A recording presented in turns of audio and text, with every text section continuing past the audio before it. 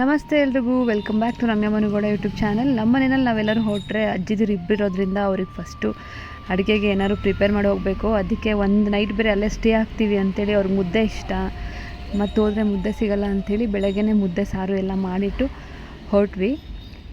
So ಅಕ್ಷರಾಭ್ಯಾಸ ಮಾಡಿಸೋಣ ಅಂತ ನನ್ನ ಮಗಳಿಗೂ ಕೂಡ ಅಕ್ಷರಾಭ್ಯಾಸ ಮಾಡಿಸಿದ್ವಿ. ಏನಂತಂದರೆ ಹಿಂದೂ ಸಂಸ್ಕಾರದಲ್ಲಿ ಈ ಥರ ಅನ್ನಪ್ರಾಶನ ಹಾಗೆ ಅಕ್ಷರಾಭ್ಯಾಸ ಇದೆಲ್ಲ ಮಾಡಿಸ್ತಾರೆ. ಗೊತ್ತಿರಲ್ಲ, ಮುಂಚೆ ಗೊತ್ತಿರಲಿಲ್ಲ, ಇವಾಗೆಲ್ಲ ಗೊತ್ತಾದ್ಮೇಲೆ ಅಟ್ಲೀಸ್ಟ್ ಮಾಡಿಸೋಣ ಅಂತ. ಇನ್ನು ಅವಳಿಗೆ ಮಾಡಿಸಿದ್ವಲ್ಲ ಇವನಿಗೂ ಮಾಡಿಸೋಣ ಅಂತ ವೆಯ್ಟ್ ಮಾಡ್ತಾಯಿದ್ವಿ. ನಮ್ಮ ಅಪ್ಪ ಅಮ್ಮ ಎಲ್ಲ ಒಟ್ಟಿಗೆ ಹೊರಟ್ವಿ. ಇಲ್ಲೆಲ್ಲೂ ಮಳೆ ಇರಲಿಲ್ಲ, ಅಲ್ಲಿ ಹತ್ತತ್ರ ಹೋಗ್ತಾ ಮಳೆ ಬರ್ತಾಯಿತ್ತು. ಇನ್ನು ನಾವು 2 ದೇವಸ್ಥಾನನೂ ದರ್ಶನ ಮಾಡ್ಕೊಂಬರೋಣ ಅಂತ ಅಂದ್ಕೊಂಡಿದ್ವಿ, ಹೊರನಾಡು ಅನ್ನಪೂರ್ಣೇಶ್ವರಿ ಹಾಗೆ ಶೃಂಗೇರಿ. ನಾವು ಅನ್ನಪ್ರಸನ್ನ ಮಾಡಿಸಿದಾಗ ಇಲ್ಲೇ ನಾಗರಬಾವಿ ಹತ್ರ ಒಂದು ಅನ್ನಪೂರ್ಣೇಶ್ವರಿ ಟೆಂಪಲ್ ಇದೆ, ಅಲ್ಲಿ ಮಾಡಿಸಿದ್ವಿ.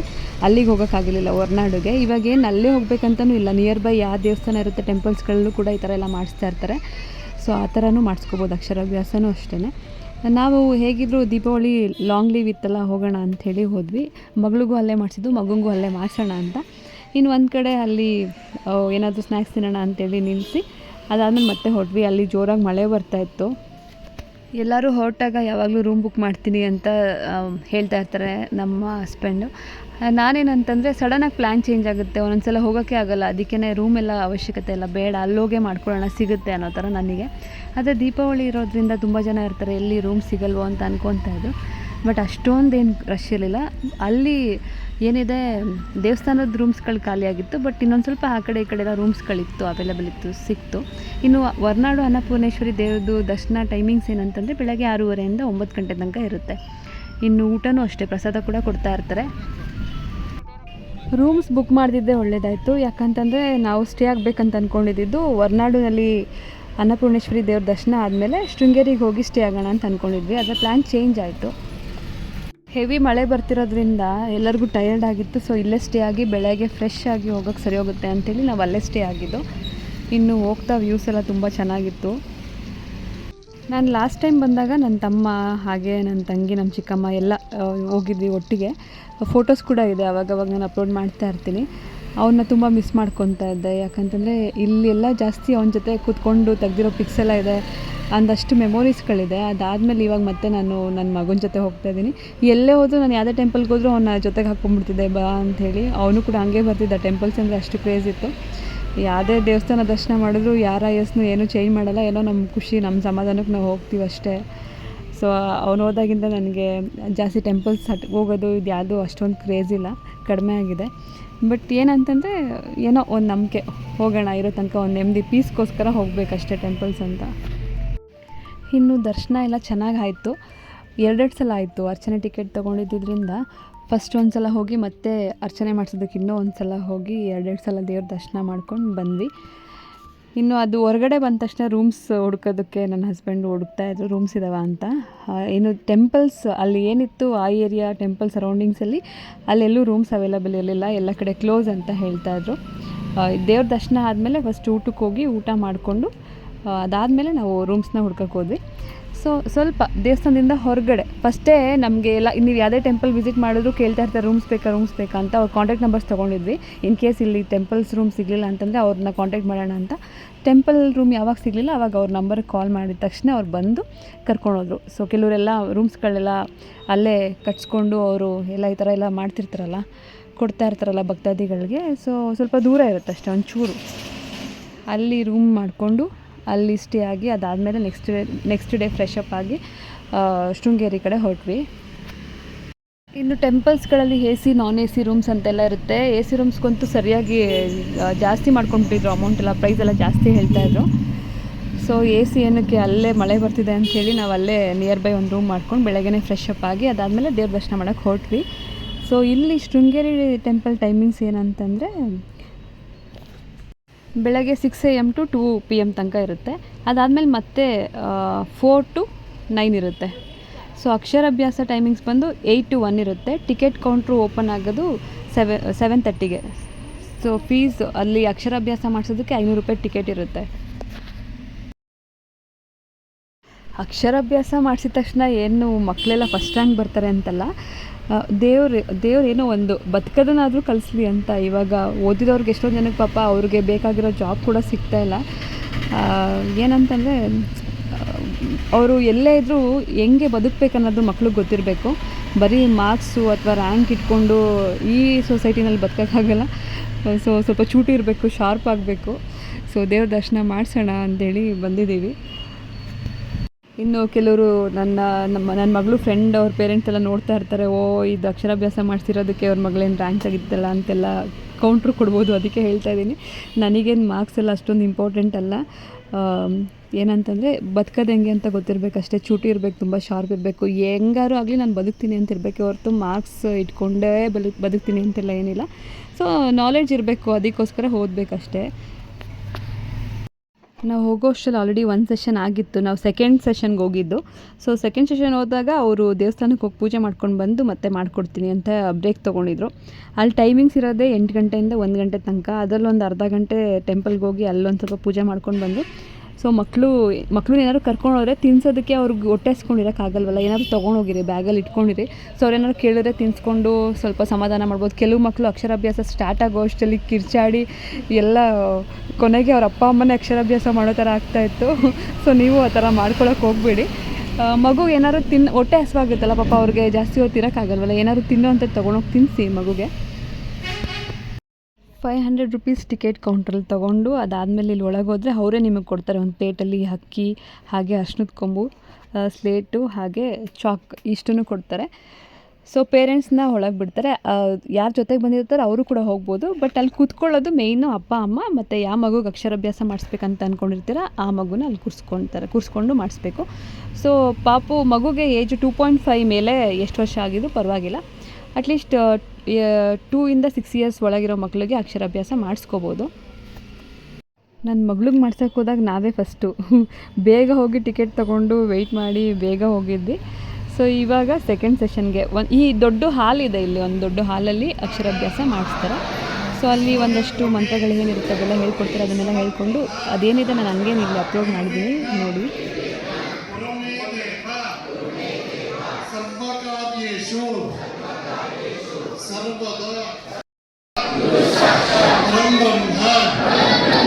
तस्मै श्री गुरवे नमः।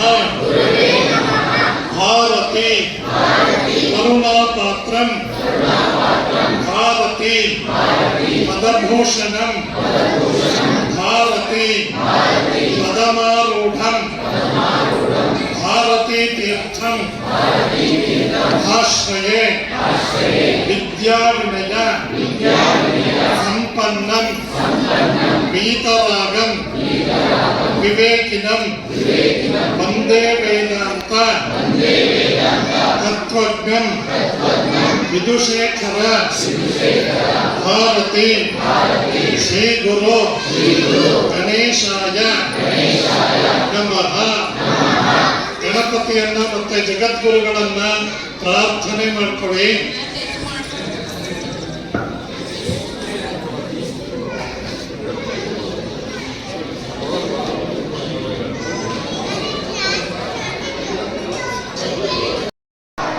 ಸಮಸ್ತ ದುರಿತಕ್ಷಯ ದ್ವಾರ ಶ್ರೀ ಪರಮೇಶ್ವರ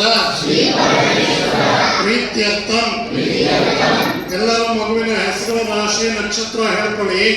ಗಂಡು ಮಗು ಆದರೆ ಮಮ ಕುಮಾರಸ್ಯ ಅಂತ ಹೇಳ್ಕೊಳ್ಳಿ. ಹೆಣ್ಮಗು ಆದರೆ ಮಮ ಕುಮಾರ್ಯಾಹ ಅಂತ ಹೇಳ್ಕೊಳ್ಳಿ.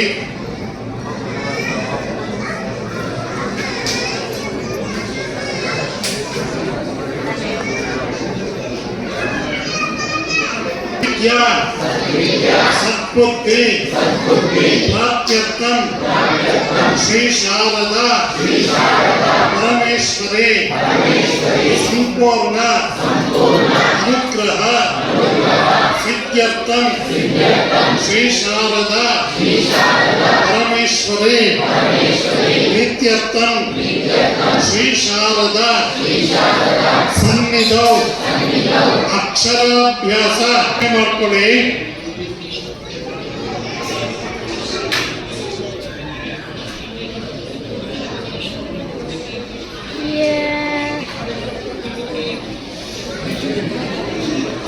ತಂದಿದ್ದರೆ ತಂದೆ ತಾಯಿ ಇಬ್ಬರು ಕೂತ್ಕೊಳ್ಳಿ.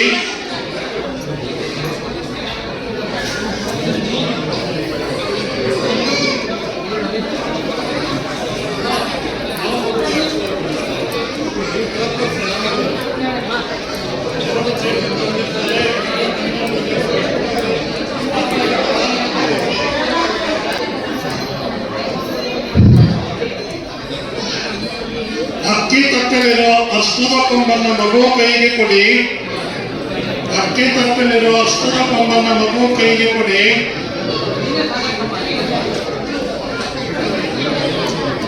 ಮಗು ಕೈಯನ್ನ ಹಿಡ್ಕೊಂಡು ಅಕ್ಕಿ ತಟ್ಟೆಲಿ ಅಷ್ಟದ ಕೊಂಬಿಂದ ಶ್ರೀ ಗುರುಭ್ಯೋ ನಮಃ ಅಂತ ಬರ್ಸಿ.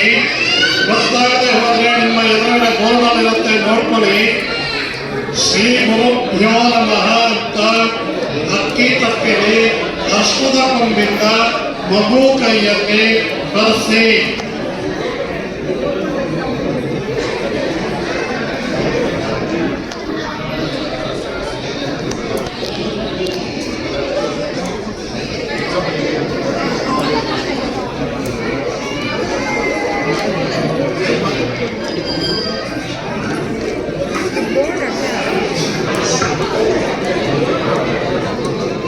ಶ್ರೀ ಗಣೇಶಾಯ ನಮಃ ಬರ್ಸಿ.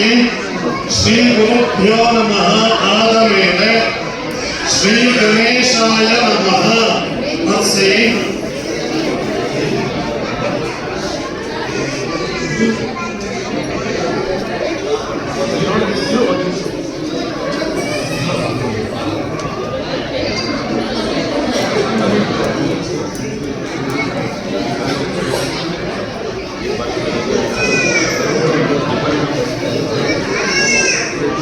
ಶ್ರೀ ಶಾರದಾಯೈ ನಮಃ ಬರ್ಸಿ.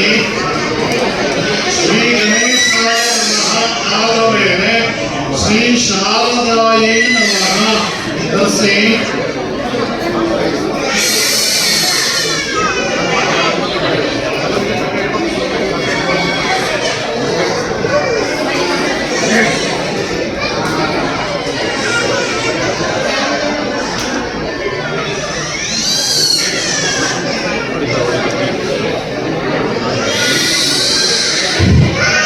सरस्वत्यै नमः ಬರ್ಸಿ. ಶ್ರೀ ಶಾರದಾಯೈ ನಮಃ ಆದ ಮೇಲೆ ಶ್ರೀ ಸರಸ್ವತ್ಯೈ ನಮಃ ಬರ್ಸಿ.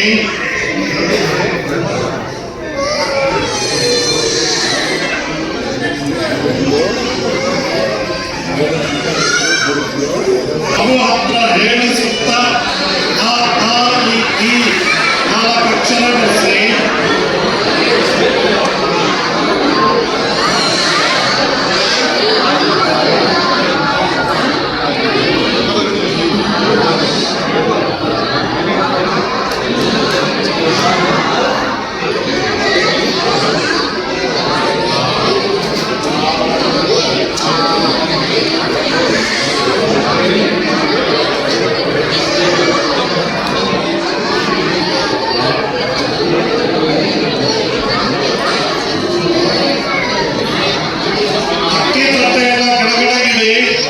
ಅಷ್ಟು ತುಂಬ ಅಕ್ಕಿ ತಟ್ಟೆಯಲ್ಲೇ ಇಡಿ.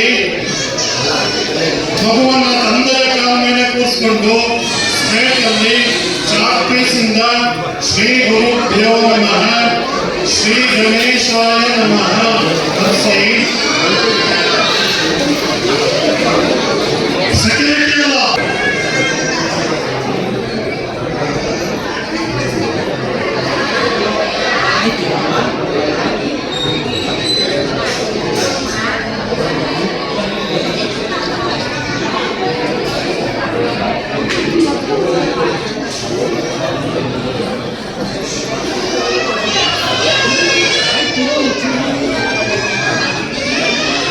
ಶ್ರೀ ಶಾರದಾಯೈ ನಮಃ ಶ್ರೀ ಸರಸ್ವತ್ಯೈ ನಮಃ ಬಳಸಿ. ಆದ ಮೇಲೆ ಸ್ಲೇಟಿನ ಇನ್ನೊಂದು ಭಾಗದಲ್ಲಿ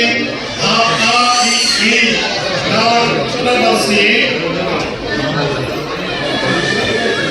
ಸ್ಲೇಟಿನ ಇನ್ನೊಂದು ಭಾಗದಲ್ಲಿ ನಾಲ್ಕಕ್ಷರ ಬಳಸಿ.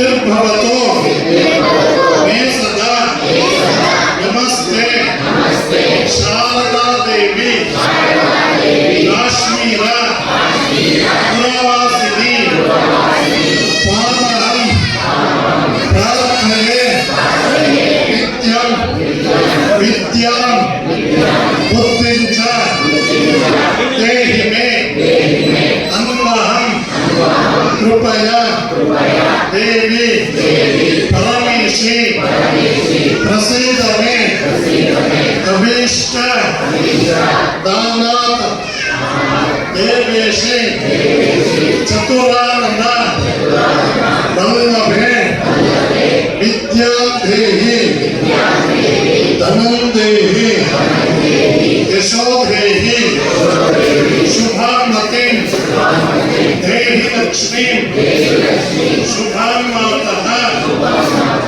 सुप्रसन्नता भारती या देवी सर्वभूतेषु बुद्धिरूपेण संस्थिता नमस्तस्यै नमस्तस्यै नमस्तस्यै नमो नमः श्री शारदा परमेश्वर्यै नमः मनोरथान् ಪ್ರಾರ್ಥಯಾಮಿ ಮಗುವಿಗೆ ಒಳ್ಳೆ ವಿದ್ಯಾ ಬುದ್ಧಿ ಸಿಗಲಿ ಅಂತ ಪ್ರಾರ್ಥನೆ ಮಾಡಿಕೊಂಡು ಆ ಅಕ್ಕಿ ತಪ್ಪೆಗೂ ಸ್ಲೇಟಿಗೂ ಮಗು ಹತ್ರ ನಮಸ್ಕಾರ ಮಾಡಿಸಿ ನೀವು ನಮಸ್ಕಾರ ಮಾಡ್ಕೊಳ್ಳಿ.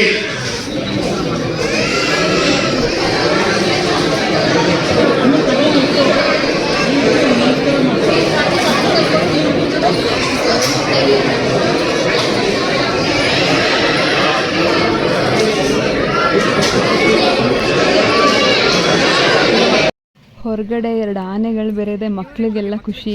ಏನಾದ್ರು ಹಠ ಮಾಡಿದಾಗ ಆನೆ ತೋರಿಸೋದಕ್ಕೆ ಚೆನ್ನಾಗಿರುತ್ತೆ. ಸೊ ನನ್ನ ಮಗನಿಗೆ ಇಷ್ಟವಾಗಿರುವಂಥ ಪ್ರಾಣಿ ವೈಲ್ಡ್ ಅನಿಮಲ್ ಅಂತಂದರೆ ಆನೆ. ಸೊ ಅವನು ಅದ್ರ ಕೈನಲ್ಲಿ ಆಶೀರ್ವಾದ ತೊಗೊಂಡ. ಅದಾದಮೇಲೆ ಒಳಗಡೆ ಟೆಂಪಲ್ಸಲ್ಲೆಲ್ಲ ಆಲ್ಮೋಸ್ಟ್ ಎಲ್ಲೂ ವೀಡಿಯೋಸ್ ಮಾಡೋ ಹಾಗಿಲ್ಲ. ಹೊರಗಡೆದು ಏನಿದೆ ಅದನ್ನು ಮಾತ್ರ ನಾನು ವೀಡಿಯೋಸ್ನ ಮಾಡಿದೆ ಅಷ್ಟೇ. ಸೊ ನೀವು ಯಾರಾದರೂ ಅಕ್ಷರಾಭ್ಯಾಸ ಮಾಡಿಸ್ಬೇಕಂತಂದರೆ ಈ ಥರ ಪ್ಲ್ಯಾನ್ ಮಾಡ್ಕೊಂಡು ಹೋಗಿ ಅಕ್ಷರಾಭ್ಯಾಸ ಮಾಡಿಸಿ.